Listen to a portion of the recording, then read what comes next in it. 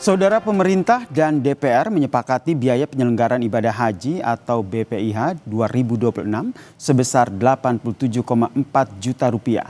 Biaya ini lebih rendah dibandingkan biaya tahun lalu. Tidak hanya itu, upaya perbaikan penyelenggaraan ibadah haji juga dilakukan dengan penyeragaman periode masa tunggu keberangkatan haji. Inilah catatan Kompas TV, perbaiki tata kelola haji. Minta biaya haji harus terus turun, ya. Bisa dengan efisiensi. Turun sebesar 2.893,34 rupiah.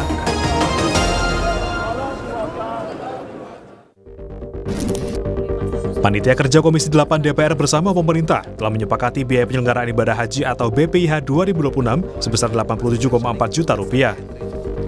Dengan demikian, biaya haji 2026 turun 2 juta rupiah dari tahun 2025, yaitu 89,4 juta rupiah. Dari jumlah itu, biaya perjalanan yang ditanggung langsung oleh anggota jemaah ditetapkan 54,19 juta rupiah, turun 1,23 juta dibandingkan dengan tahun lalu, yaitu sebesar 55,43 juta rupiah. Ketua Komisi 8 DPR Marwanda Sopang mengatakan, penurunan ini melanjutkan tren efisiensi biaya tanpa mengurangi standar layanan.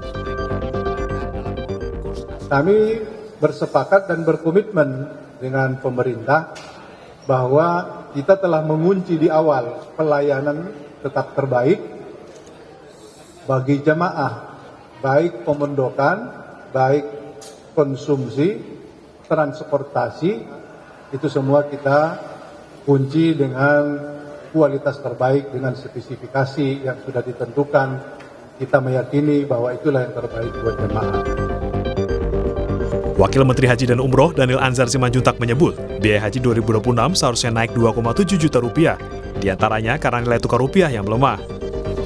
Namun dengan merampingkan pos pembayaran yang tidak perlu, BPIH tahun 2026 justru bisa ditekan 2 juta rupiah. Bersama dengan DPR RI, Komisi 8, kita mencoba menghitung ulang mana-mana pos yang bisa kita efisiensikan, akhirnya disepakatilah turun sekitar 2 juta untuk BPIH-nya. Dan juga biaya perjalanan ibadah haji yang ditanggung oleh jamaah itu jauh lebih murah. Wacana penurunan biaya haji ini sebelumnya pernah disampaikan Presiden Prabowo Subianto dalam sidang Kabinet Paripurna. Presiden menyampaikan biaya haji bisa turun dengan efisiensi dan pelaksanaan yang bersih. Saya minta biaya haji harus terus turun, ya. Bisa dengan efisiensi. Bisa dengan efisiensi dan pelaksanaan yang bersih. Selain menetapkan biaya haji 2026, Komisi 8 DPR juga menetapkan kuota haji Indonesia 2026 tetap sebanyak 221.000 jemaah. Sedangkan distribusi kuota berdasarkan proporsi daftar tunggu jemaah antar provinsi menjadikan daftar tunggu jemaah haji Indonesia seluruhnya sama menjadi 26 tahun. Tim Liputan Kompas TV.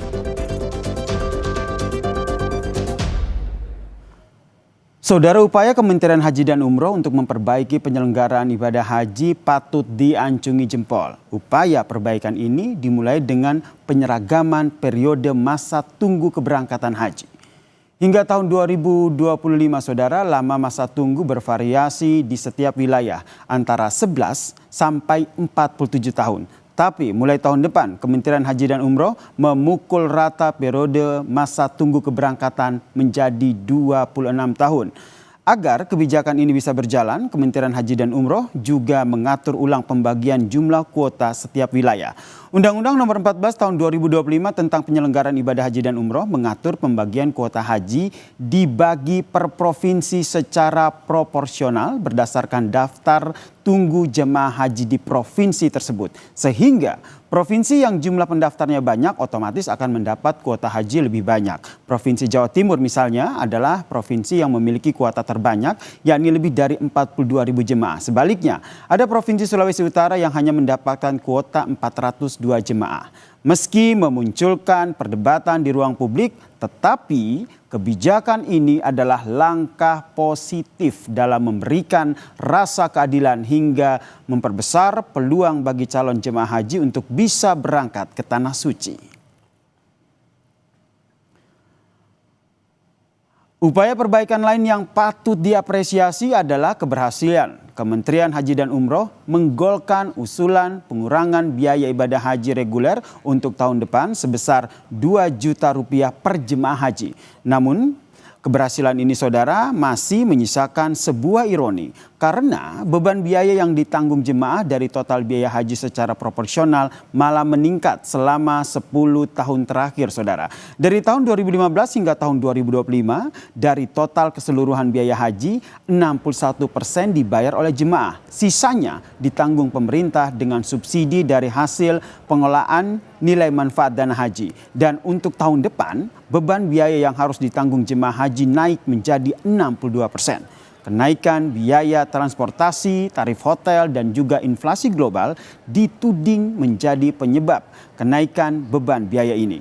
Inilah pekerjaan rumah berikutnya. Jangan sampai upaya menurunkan biaya haji yang ditanggung jemaah menjadi sia-sia karena setiap tahun porsi biaya yang ditanggung jemaah akan terus naik akibat pemerintah yang gagal mengontrol pengelolaan biaya-biaya yang lain.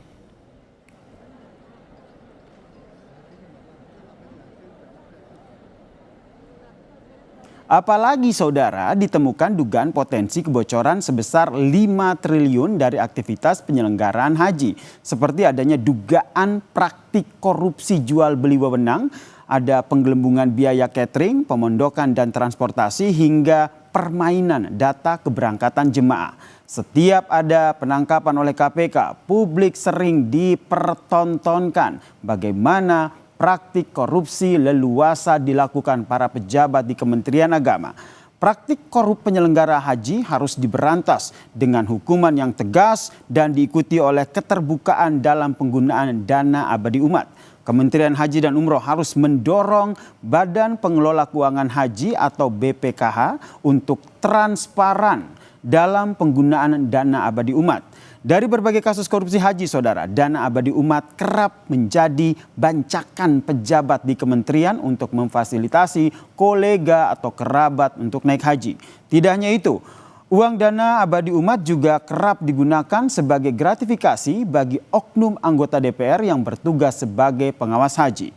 Pekerjaan rumah bagi Kementerian Haji dan Umroh masih banyak, tetapi kementerian tidak harus memulai dari nol.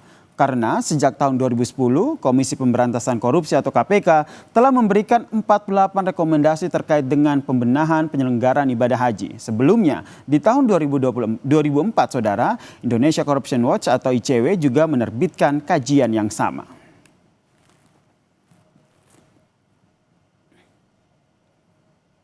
Jadi saat ini yang dibutuhkan adalah keberanian dan konsistensi dari Kementerian Haji dan Umroh untuk betul-betul memperbaiki penyelenggaraan ibadah haji. Semoga tidak masuk angin ketika berhadapan dengan kepentingan politik dan juga penguasa. Dengan semakin baiknya tata kelola haji, maka biaya naik haji akan semakin murah, tetapi fasilitas pelayanan ibadah haji juga tidak murahan. Demikian catatan Kompas TV. Kita jumpa lagi pekan depan.